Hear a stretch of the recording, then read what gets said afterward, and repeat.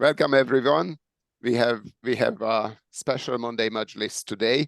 It is special in the sense that I met Mbaye about 5 minutes ago, first in my life, and Carl about 2 minutes ago, or well, maybe I'm exaggerating. Carl 5 minutes, and Mbaye may be here already for 7 or 8, and then so I won't give a long introduction to them.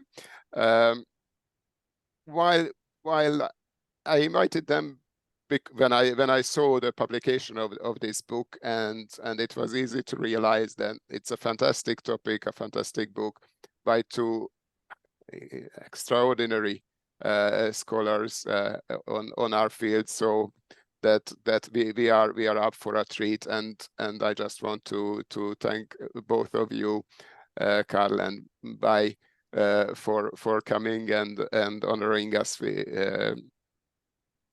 by being with us this evening. And yes, I will give you the word immediately, and we will hear about your own story, and then after that the story of Omar ibn Said. Well, I think it's fair to say that both Mbaye and I have been interested in Omar ibn Said for a long time. I first heard about him more than 25 years ago.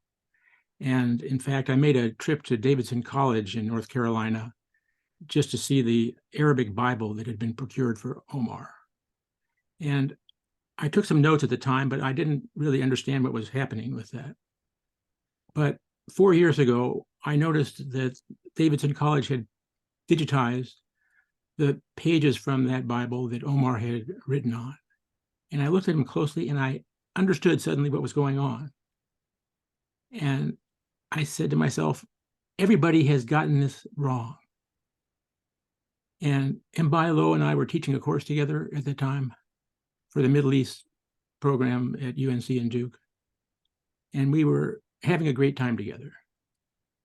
And so I said to him, I think we have to do this project. And he agreed. And then we taught the course together in the fall of 2019 on the Arabic writings of enslaved Africans in the New World. And it was an unbelievable experience because we first started to ask ourselves the question, has anybody edited the texts? And has the work been done to prepare for this properly? And we were kind of shocked to realize that no, not one of the documents of Arabic that were written by Omar ibn Said in the early 19th century had been critically edited. And we soon realized that there were quotations of poetry and from theological and Sufi texts. And every week we would have a new discovery, and it was kind of electrifying. And our students were pretty excited also. So Mbaye, you can flesh that out, I believe.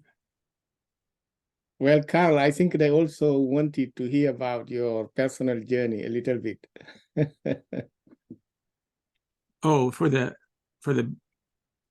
well,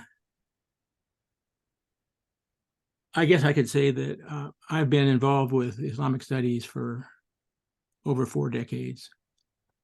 And my engagement with this was partly a result of an experience when I was 16. I spent a year as an exchange student in Chile in South America. And I realized how ill-equipped most Americans are for understanding other countries. It was very dramatic experience. And so I started to explore many different subjects with an idea of being an academic. And poetry became a real important draw for me, in Persian and Arabic particularly. And then at the same time, I asked myself, what is the area of greatest ignorance in terms of foreign cultures in America? And I think the answer is pretty easy. That's Islam. So I had both a pull and a push that drew me into Islamic studies. And so I did my research degree at Harvard with Anna Marie Schimmel, famous scholar of Sufism, and then took up professional positions in Pomona College for 11 years in California, and then University of North Carolina for the past 30 years. And I retired in 2022. But this project, the Omar ibn Said project, is so remarkable. I think it's the most fascinating subject that I've ever engaged with. And part of it is because of the way it tells us about the history of the state where Mbaye and I live, North Carolina, and about America in the 19th century, which was a very different country from what it is now. So this was a way to link together all those different interests. And I hope that others find this as exciting and as inspiring as we have. Over to you, Mbaye. Great. Thank you, Stefan, Naji, and Sarah Wood for inviting us and organizing this event. As we say in Arabic, man la yashkurin nas la yashkurillah, he who does not appreciate his fellow human being will never appreciate him, the Most High. So thank you for inviting us. I am originally from Senegal, but have been in this country for now over 2 decades. I studied in Senegal, that is a French-speaking country, what we call Francophone in West Africa, next to Mauritania and Guinea and Mali. My undergrad, I went to Khartoum, Sudan, and my training was in Arabic language and literature. I got a master's in Arabic and another one in African studies. I've always been interested in African writers in pre-Islamic and the golden age of Arabia. So these were my interests and my work.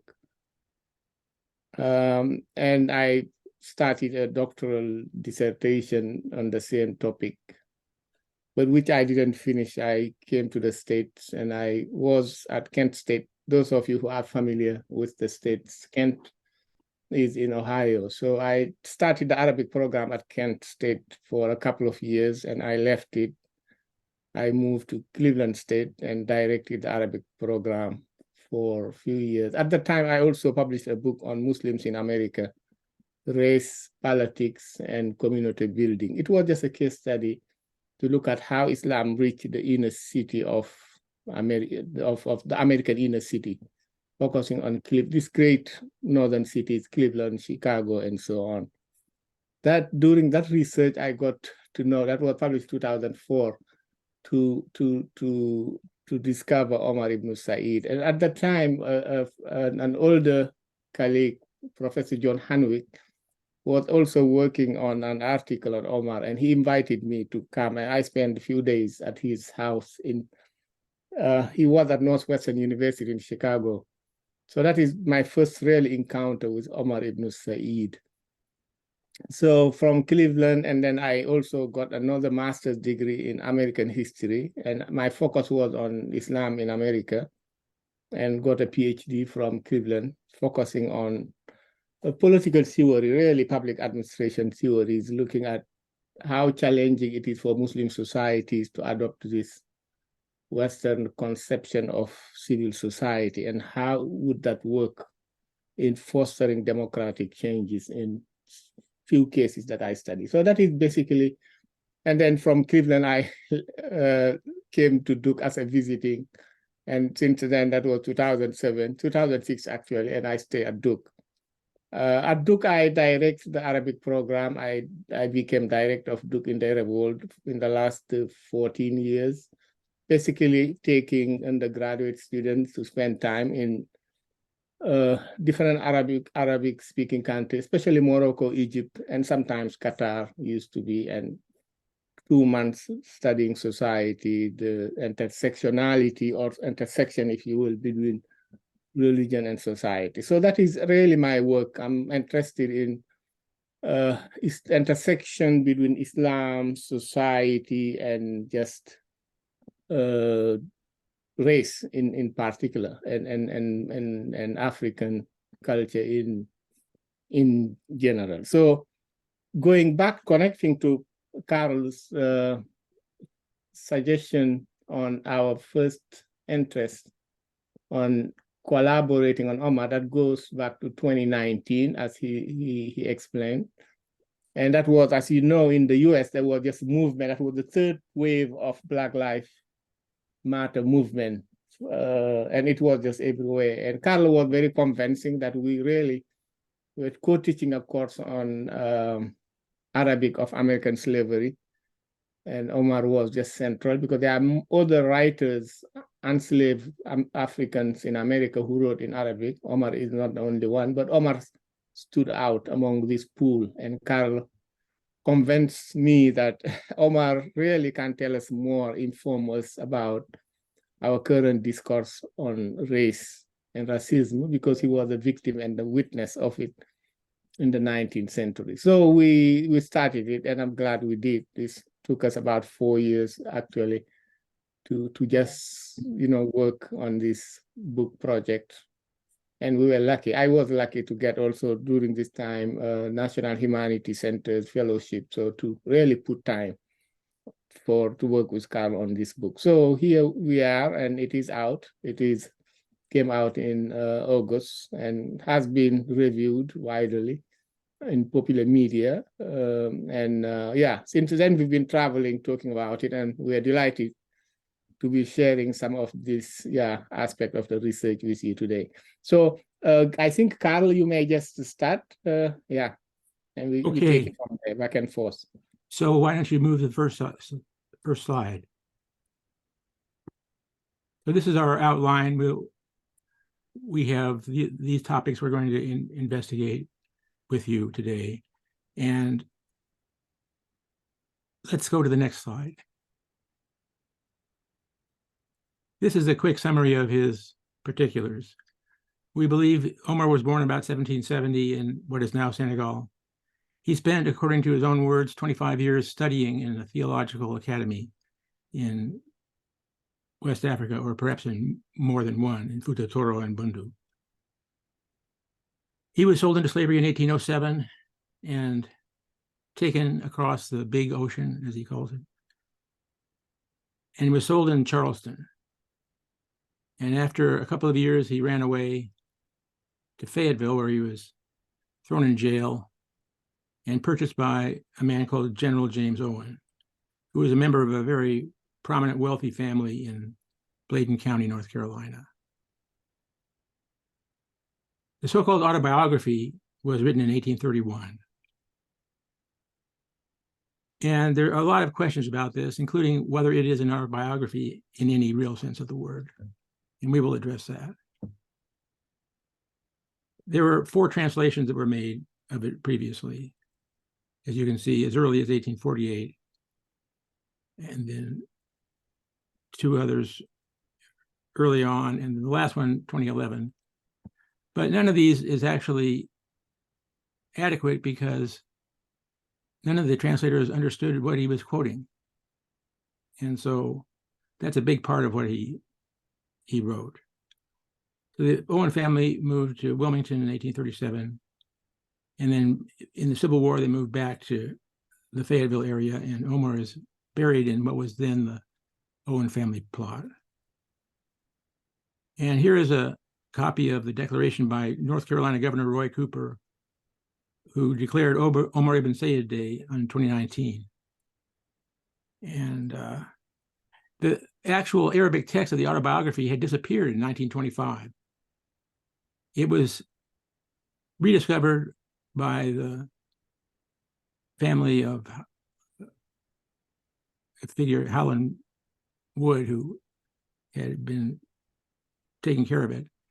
And so in the 90s, it was sold to a collector, but it's now in the Library of Congress, along with a collection of other texts in Arabic and English, which are just called the Omar ibn Said collection. Okay. And then the other thing of great interest is the Omar opera, which is written by the accomplished musician Rhiannon Giddens, along with Michael Abels. And this amazingly has won the Pulitzer Prize for Music this year. It was co-commissioned by Carolina Performing Arts at UNC and by the Spoleto Festival. And it has been performed in Charleston, in Los Angeles, Chapel Hill, and Boston. And there's going to be a performance in San Francisco Opera in a couple of weeks. And by the way, that can be seen online. If you're interested, you can find out how to get access to the performance. Now, on the right, you can see the annotations that have been added in English to the notebook, which contains the so-called autobiography. And it describes it as the life of Omar ibn Said. Actually, right here we see, from the very beginning, they got things wrong. His name is not Omar ibn Said, but Omar ibn Sayyid. It's very clearly written. But what is it? What kind of a document is this? Let's go to the next. Now, there were nearly 100 texts that were published before the Civil War that had been called slave narratives, or perhaps better, liberation narratives. All of these texts were written by people who had been freed from slavery and who were able to look back on it from a position of freedom. This text by Omar is the only one that is considered to be an autobiography that is written by someone in the condition of slavery. And I've never seen anything like this. He writes under protest. He addresses someone he calls Sheikh Hunter, whom we believe was a clergyman. He says, I cannot write my life. You asked me to write my life. I cannot write my life. He said it twice. And he addresses the text to 3 audiences who are unable to read it. Sheikh Hunter, who can't read it because he doesn't know Arabic. Next, Omar addresses his brothers. He says, my brothers, do not blame me, for I've forgotten much of my language. These, we believe, are his old colleagues from the School of Theology where he studied in West Africa. But the last audience he addresses is, he says very dramatically, oh, people of North Carolina, people of South Carolina, people of America. He does it 3 times. And you're waiting for an important message. But he says, my master, Jim Owen, is a very good master. This, what we believe is ironic praise, is his relationship with America is limited to the condition of slavery. So we want to show you how the text looks and how we approach it. Here we have page 5 of the notebook. The first 4 pages contain Surah 67 from the Quran, Surah Al-Mulk, which is widely repeated and recited because of its salvific powers. So in the beginning, he says, oh, Sheikh Hunter, I cannot write my life. In the second section, he says, I've forgotten much of my language along with the Arabic language. In the third section, he says, oh, brothers, do not blame me. The fourth section is fascinating. Praise God with much praise. He bestows his bounties or his grace that overflow with the good. This is a direct quotation from the summary of Khalil, which is a fundamental text of Maliki law and theology. It's quoted later on in the text again. And let me point out to you the interesting tension in this page. And by the way, this contains only 7 lines of text, whereas every other page in the notebook contains 14 lines of text. So it's a large script emphasis. And what he has done in the apology by saying that he's forgotten the Arabic language and he asked for the tolerance of his brothers. This is a performance of humility. This is not a statement of his actual inadequacy in Arabic, because he apologizes for his Arabic and then he gets, bam, he quotes this text from memory, obviously. So Let's see what happens next. A blank page. Another one. Another one. Another one. Another one. Yet another one. One more. One more. And we have page 14, another beginning, a new beginning, which again protests. You asked me to write my life, I cannot write my life. This is written under protest. And if you carefully look at the text that follows this, it consists of 5 separate parts, each of which is revised in a separate version, as if to say, you want me to write my life? Here's a version, here's something, and here's a different version of what happened. And at the end, he concludes, I am only here because of the great harm, which has to be slavery.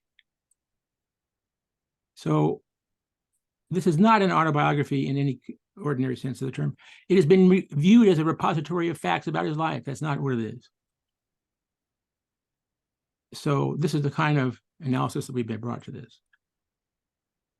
I think it's time for Mbaye to take us to the next stage. Thank you, Carl. This is the last chapter in the book, The Treachery of the Experts, and we highly recommend our colleagues to read it. I may just offer some context to Carl's presentation, especially for our international audience. So the international slave trade, European used to call it the golden trade or the triangular transatlantic slave trade. So it used to be cargoes shipping European goods from Europe to Africa, and they exchanged it with enslaved Africans, whom they took with them to the New World, to these European colonies in North Africa. And they sell them, and that capital is taken back to Europe. So that is, in all scholarly work, the European Industrial Revolution, really, this was the backbone of the European Industrial Revolution, and what Rodney would argue that is how Europe was built, because this trade lasted from the 16th century up to the 19th century. You talk about 400 years. And you have different estimate of how many Africans like Omar was taken. Low estimate will say 12 million, but you have high that would argue it is 100 million, because everyone who survived means 3 more people who were killed during the capture or perished during the transportation, or perish due to diseases. So that is the background, just to put a context to Omar's enslavement. So once we were working on this material, a recurring question was, what was the attitude of the experts? Humanism, missionary groups. So we discovered that actually they were part of the problem. So you could imagine Omar was highly written about during his lifetime. We found J.J. Watson writing in the Observer in 1902 that Omar ibn Said was the most written about Negro in the pre-war America, except for Booker T. Washington. So, but when you look at what was written about Omar, everything that was written was a lie. The more Omar write, the more they distort it, the more they ignore it, and the more they disregard his request to be returned back to Africa.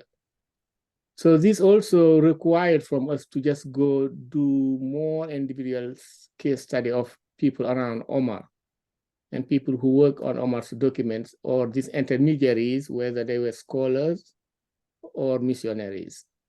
So people around Omar, you have John Owen, that is the governor, number 24 of North Carolina. His brother is James Owen, or General James Owen, was a very wealthy land owner in this state. And you have John Lewis Taylor. Taylor was the first Chief Justice of North Carolina. Omar's first documentary writing in 1819 was given to Justice Taylor. And Justice Taylor was looking for someone to help with the translation. And his best friend, or his friend, Francis Scott Key, whom you may know, is the one who wrote the lyric of the American anthem. And it was Scott Key who found a professor to what became Yale University, Professor Stewart. And the document was given to Professor Stewart. And Scott Key was very active with the American Colonization Society. And its sole objective, they all pro-slavery institutions, because the argument was not about freeing slaves, but about getting rid of free blood from Americas and sending them to Liberia. So that was really the objectives of the American Colonization Society. And we have also here the first Arabist in the US State Department, William Hudson here. And we may, if time allow, come back and talk more about it. And we have more missionary groups here who were very involved, because the earlier experts in Arabic, and we did a lot of case studies in the book, you may see that just this missionary group who spent time in the Middle East and Africa, they were interested in Arabic and Muslim societies. Isaac Burt was a missionary. He provided the second translation of Omar's autobiography. He died, the year Omar passed away, 1863, is the year it was released.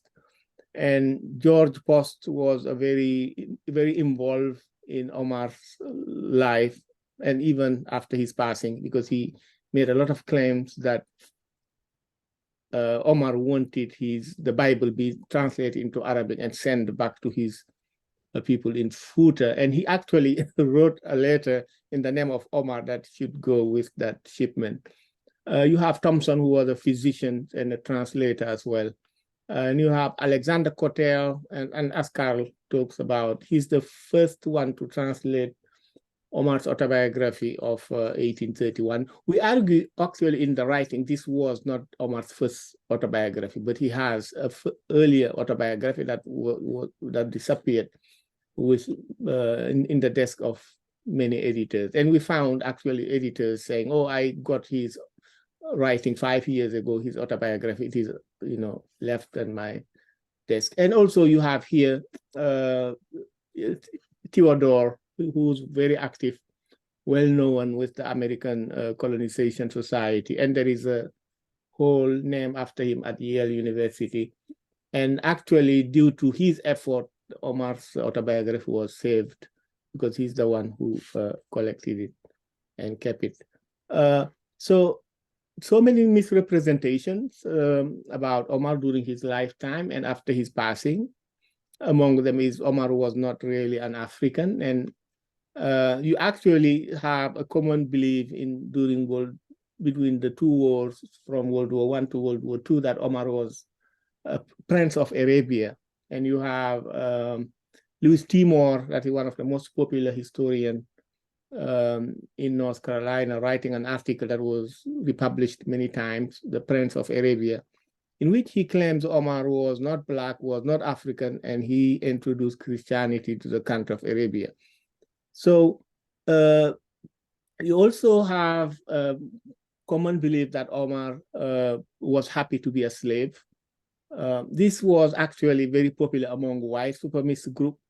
If you look at how the country developed, pre-Civil War, that is from earlier 19th century, the war ended by 1865.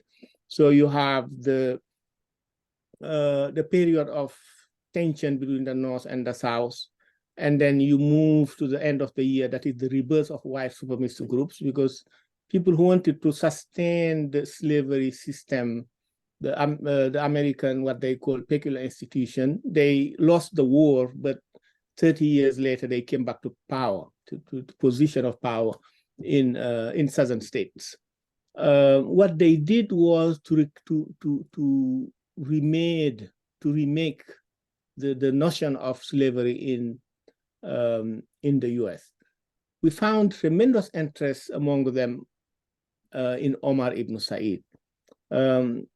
if you take just quick example, in North Carolina, we have the only coup d'etat in the history of the US happened in Wilmington in 1898, where a group of white supremacist group overtook a democratically elected government that was white and black together. They overtook the government and killed over 300 black and kicked the rest of them out of the town. The leaders of this group were actually connected to the Omar story. One of them is Waddell, who became the mayor of the city, and he was a judge as well. Omar's image number 2, which we talk about in the book, was found with this Waddell. And Waddell tried to impose his narrative over Omar's image by writing in a lengthy way his encounter with Omar in 1854, and Omar writing this document and giving it to him.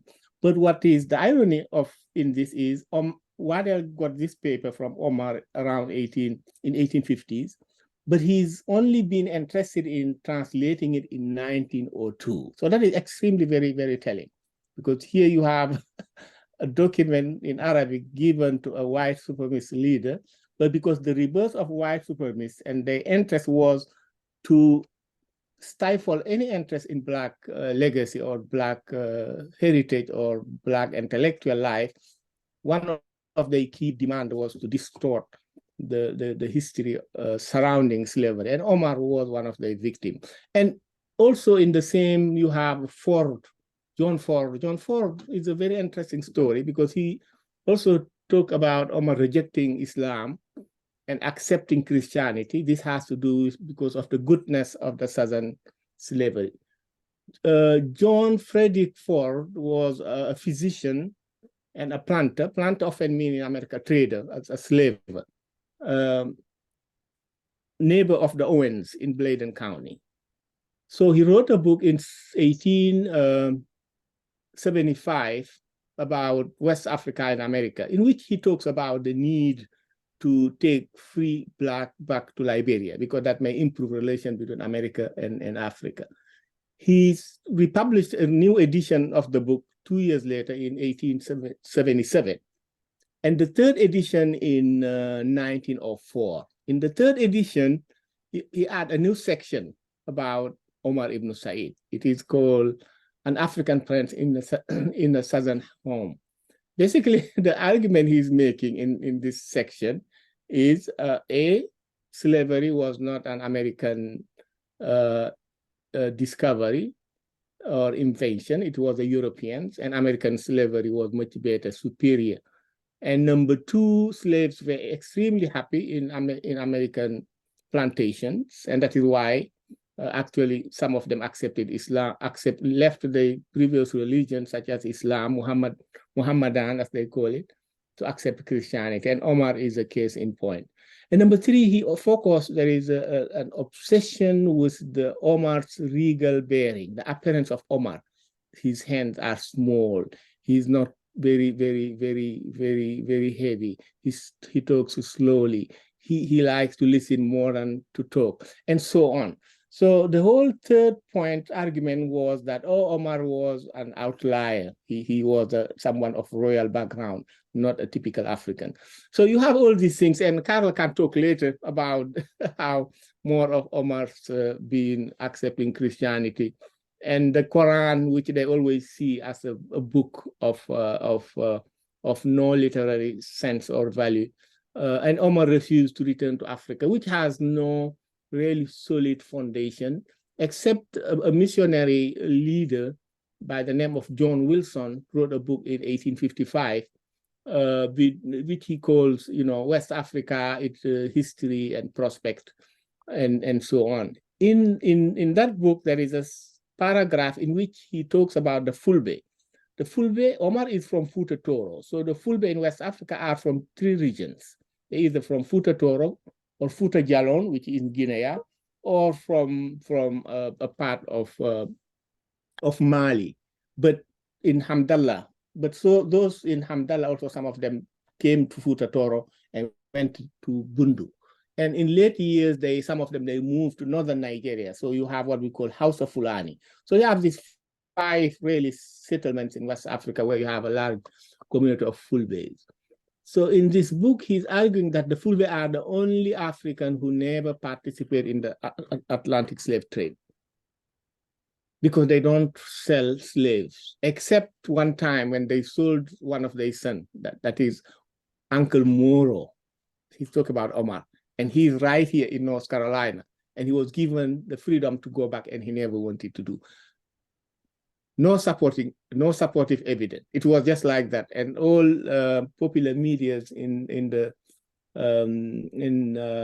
state at the time, they pick it up, and that is the background in which people claim that Omar refused to go back to Africa. But his first writing, he made it clear, I want to be seen in Africa, and even going further by saying the village where he came from.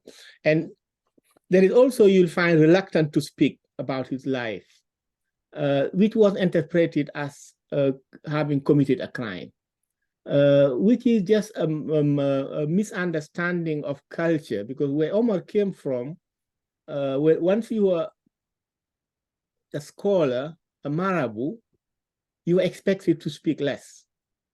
And Carla talks about one of the sources of teaching in West African Sufi group is Abu Madian. Abu Madian has this, you can read it in the book, we translate a few of it, the manners of the murid, in which he would say, وَلَازِمِ السُّمْتَ فَإِنْ سُئِلْتَ فَقُلْ لَا عِلْمَ إِنْدِي وَكُنْ بِالْجَهْلِ مُسْتَطِرًا وَلَا تَرَى الْعَيْبَ إِلَّا فِيكَ مُعْتَقِدًا عَيْبًا بَدَى بَيِّنًا لَكِنَّهُ اسْتَتَرًا. So he's telling the disciple, وَلَازِمِ السُّمْتَ, always be quiet. فَإِنْ سُئِلْتَ, when asked, even if you know, فَقُلْ لَا عِلْمَ لِي, say, oh, sorry, I don't know. Yeah. وَكُنْ بِالْجَهْلِ, take not knowing, وَكُنْ بِالْجَهْلِ مُسْتَتِرًا, as a cover. Because if you look at wisdom, because African, we talk about it in the first chapter of the book, African oral tradition is based on wisdom. Wisdom is not about giving answers, it's about asking questions. So the argument that Omar's country person would tell us is, you will know when you know that you do not know. So not knowing is a way of knowing more. So Omar was performing this cultural Sufi training, but in the eye of his host, well, he's not talking anything, he must have committed a crime. So it's a clash between intellectual, the experts training in politics, and Islamic and Sufi roots of ethics itself. And here also, the last part here, Omar was very interested in converting his hometown. And this, Reverend Post will claim after the passing of Omar, they, have a new translation of the Bible into Arabic, and they ship it to West Africa. And then he sent a letter to the Owen family saying that Omar will be very happy in his grave because we were able this year to have the Bible translated in Arabic and send to the Fulbright. To make it succinct here, it takes us back to what I was talking about earlier on. Everything that was written during Omar's life was a lie, just pure lie. And here are some limitations in the scholarship that we found. Document wrongly identify, Surah al-Nasr is always identified as something else. The autobiography was lost in 1825. We found out over dozens of Omar's writing documented, mentioned, but they disappeared. There is also imaginative, document fabricated in the name of Omar, in which he praised Christianity and so on. So to go back to our earlier discussion, as we look for answers with the tremendous growth in knowledge in the 19th century in Europe and America, how did they miss all these things? How did they miss the great traditions of Islamic cultures, the presence of Arabic and Islamic tradition in West Africa and so on? So if you remember, the French scholar Bender, Julien Bender, wrote in 1927 a very good book, Trahison des Clercs, or the betrayal of the intellectuals, in which he accused Europeans of betraying their vocation as scholars and humanists, because what they're doing through colonialism, through expansion, through wars, is to support tribalism, to support racism, and to support colonialism. So that was very true in America. And that is why actually in America, people couldn't appreciate Omar's writing. There are two things that are recurring as we conduct this work with Carl. One is a major problem of scholarly societies and the scholarly community was the tendency or the systematic way of using scholarship and expertise to manage slave-based society. That is problematic by nature itself. That was one major problem. Number two was you have the fuse between missionary groups and the slave institutions. So you will see missionary groups that were very involved with this slave institution and society. So this was the source of why at that time they were unable to read Omar's work, appreciate it. They were not ready to understand what Islam was or what Islam stands for. So I will let Carl pick it up from here. Here's a glimpse of the surviving documents of Omar that we have been able to locate. There are 18. Most of them are very short. It includes some talismanic documents with geometrical representations of the names of God that were used for healing and for protection. Some of these were given to the children of the Owen family, with whom Omar seems to have had an affectionate relationship. I just want to say one thing about the whole issue of conversion, and I think we should open it up for questions. How are we doing with time? You still have plenty, at least Okay. a minimum 10 minutes to. Okay. So please. For Take a look Q&A. Okay. Okay. at the Yeah. conversion issue. So in 1820, the Presbyterian Church of Fayetteville recorded Omar joining the church, and at the same time, they identified him as an Arabian prince. In 1837, when the Owen family moved to Wilmington, they joined the Wilmington Presbyterian Church. There, Omar was recorded as an Indian prince. They said that this man knows how to read and write. He can't possibly be an African. So they fantasized what he was really in terms of his background. This fantasy equally applies to the conversion as far as we can tell. People who have discussed this issue have to take account of the fact that every article that was written about Omar from 1825 on down through the end of his life focused on his conversion as the key element in his life. And I think we have to remember that missionary activities, which were a very big operation in the 19th century, and still are in some ways, has never been successful in Muslim countries. So in order to keep their enterprise going, the missionaries needed to have an example of a successful conversion of a Muslim to Christianity. Omar was ideal because he didn't speak English very well at all. He couldn't really speak for himself. And he wrote these documents in Arabic, but nobody would read them or could read them. And so he was used in fundraising letters where they basically made up a story about him in order to solicit money for their activities.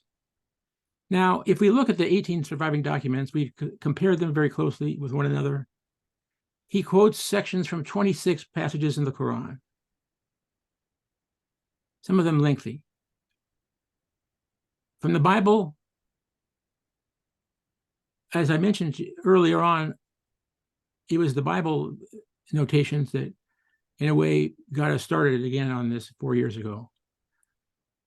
What happens there is that he wrote a very minuscule amount of notations to the Bible, which consisted of his spelling of the English titles of about 35 books of the Bible in Arabic letters. But he writes these in a way that makes it clear that he does not understand the English words. So Acts of the Apostles, he writes Exeter Apostola. And so this was probably occasioned by Omar being asked to memorize the titles of the books of the Bible in English, which is an exercise that is often given to 10-year-old children in Sunday school. It's not a very deep engagement with the text. And so the text that he does quote from the Bible, there are 3 from the Psalms, which means this is from the Hebrew Bible, from the Old Testament.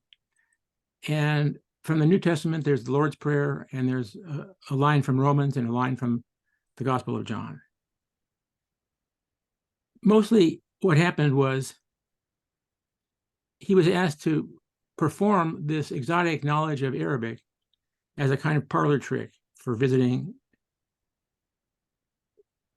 distinguished guests.